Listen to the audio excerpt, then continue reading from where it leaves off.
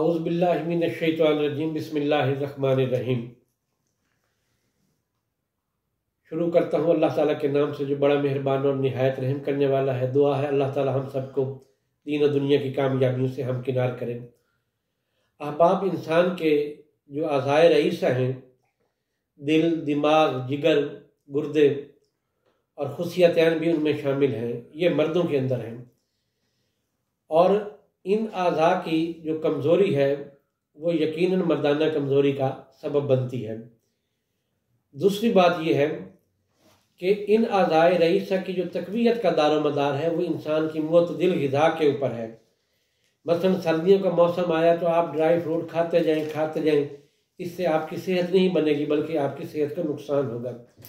इसी तरीके से अगर आप गोश्त के शौकीन हैं तो गोश्त खाते जाएंगे, या सब्ज़ी खोर है, सब्जियों का मुतवातिर इस्तेमाल करते जाएंगे तो इससे आपकी सेहत नहीं बनने वाली। जो सेहत का असूल है, जो कुरान और सुन्नत के मुताबिक भी है और तिब का भी जो है कि थोड़ी सी भूख बाकी हो तो आप खाने से हाथ उठा लें।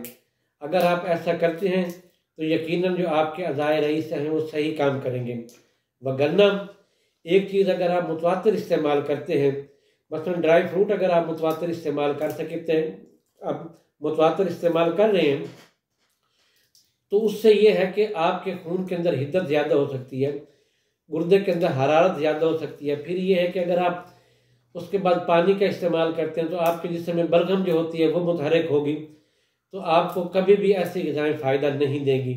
हमेशा मुतदिल ग़िज़ा खुराक को अपनाएं और अपने अज़ाए रईसा जो है उनको भी सेहतमंद रखें, सेहतमंद बनाएं। तो आज मैं आपके अज़ाए रईसा की तंदुरुस्ती के लिए एक बहुत ज़बरदस्त नुस्खा शेयर कर रहा हूँ। सबसे पहले आपने मूसली सफ़ेद लेनी है। दूसरा, आपने तोदरी सुर्ख और तोदरी सफ़ेद लेनी है। बहमन सुर्ख और बहमन सफ़ेद लेना है। और इसके अंदर आपने मरवरीद और अकीक, ये तमाम तर चीज़ें आप बराबर वज़न ले लें और इसकी 3 माशा की मिकदार जो है वो सुबह निहार और असर के वक्त इस्तेमाल करें इंशाअल्लाह ताला नीम गर्म दूध के साथ।